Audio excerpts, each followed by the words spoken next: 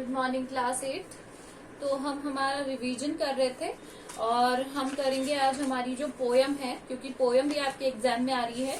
तो आज हम हमारी जो पोयम है उसका रिवीजन करेंगे, जो कि है कौन सी पोयम है ये, the ant and the cricket. जो एंट और झिंगुर की जो स्टोरी है या जो पोयम है वो करेंगे आज, ठीक है।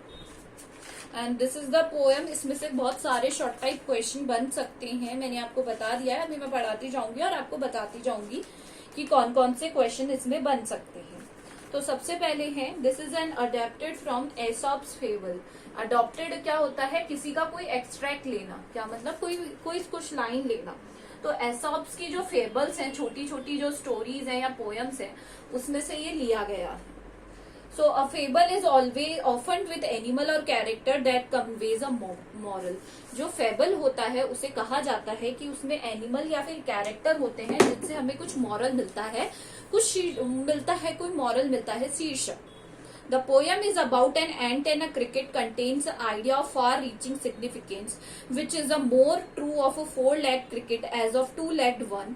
Surely you have seen a cricket that has two legs. तो यहाँ पे जो एंट और क्रिकेट के बीच में कंपैरिजन है वो दिखाया गया है कि दोनों किस तरीके से लाइफ को डील करते हैं, लाइफ में आगे का सोचते हैं। A silly young cricket accustomed to sing, एक बेवकूफ झिंगुर, क्या है, एक झिंगुर जो कि क्या गाने का, accustomed to sing मतलब गाने का आदी था।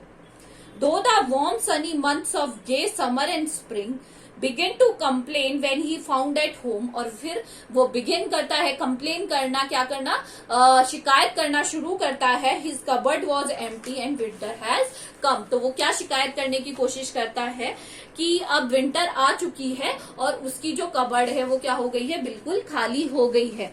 तो यहाँ पे एक केयरफुली अनमाइंडेबल अगर कहें हम क्रिकेट के बारे में बताया गया है, who was used to spend the lovely and plentiful spring and summer season। वो क्या करता है, समर और स्प्रिंग सीजन में कुछ भी बचत नहीं करता है, बस आराम से गाना गाकर टाइम स्पेंड करता है। और जैसे ही सर्दियां आती हैं तो वो क्या करना की कोशिश करता है, बहुत परेशान हो जाता है और कंप्लेन करता है कि उसके पास अब कुछ खाने को नहीं है। Not a crumb to be found on the snow covered ground। भोजन का एक भी दाना नहीं है, क्योंकि पूरी धरती पर, पूरी भूमि पर क्या कवर्ड है, स्नो कवर्ड है।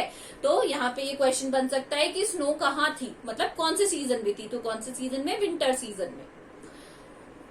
Not a flower could he see, एक भी फूल या फिर not a leaf on a tree, क्योंकि सर्दी है, बर्फ पड़ रही है, तो ना तो कोई पेड़ों पर पत्ते हैं, ना ही कोई फूल आए हैं, ना ही कोई फल आए हैं। Oh what will become says the cricket of me. तो झिंगुर बोला, ओ अब मेरा क्या होगा, अब मेरे पास खाने के लिए कुछ भी नहीं है, तो अब मेरा क्या होगा।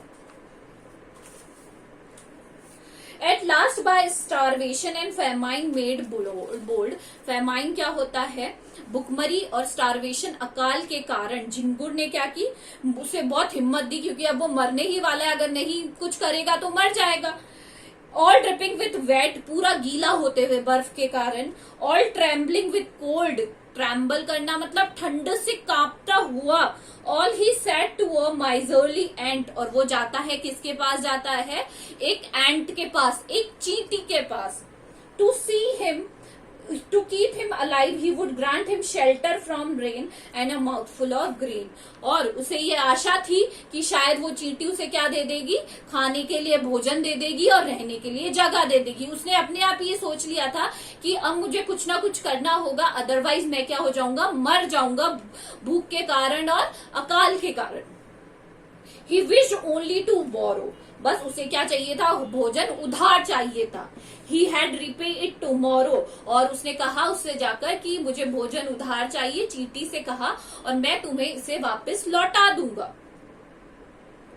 If not he must die of starvation and sorrow। अगर उसे खाना नहीं मिला तो वो भुखमरी और दुख के कारण क्या हो जाएगा, मर जाएगा। उसने ऐसा जाकर चींटी से कहा। Says the ant to the cricket। अब चींटी ने उसकी बात तो सुन ली, तो वो उसे कहने लगी। अब ये क्वेश्चन बन सकता है कि जो झिंगुर था वो किससे मर जाता, तो क्या आएगा, इसमें आएगा आपका स्टारवेशन और फेमाइन के कारण उसकी डेथ हो जाती। ठीक है, ये क्वेश्चन याद रखना। So चींटी ने कहा एंड से, I am your servant and friend, मैं तुम्हारे क्या हूँ, सेवक हूँ और मित्र भी हूँ। But he wants never borrow, but we ends never borrow, but जो एंट हैं, हम जो चींटियां हैं, कभी उधार नहीं लेती हैं। वी एंड्स नेवर लैंड, और ना हम कभी उधार देते हैं। But tell me dear cricket, did you lay nothing by when the winter was warm, but किंतु मुझे ये तो बताओ कि झिंगुर, मेरे प्रिय झिंगुर, क्या तुम जब मौसम अच्छा था तो कुछ भी बचा कर नहीं रखा? तो वो उससे सिर्फ पूछ रही, वो उसे बता रही थी कि हम ना तो उधार देते हैं ना उधार लेते हैं, ये लोगों का भी उसूल होता है कि ना उधार देना है ना लेना है। तो चींटी ने भी यही कहा क्रिकेट से, बट मुझे ये चीज बताओ कि तुमने अभी तक कुछ भी बचाकर क्यों नहीं रखा है?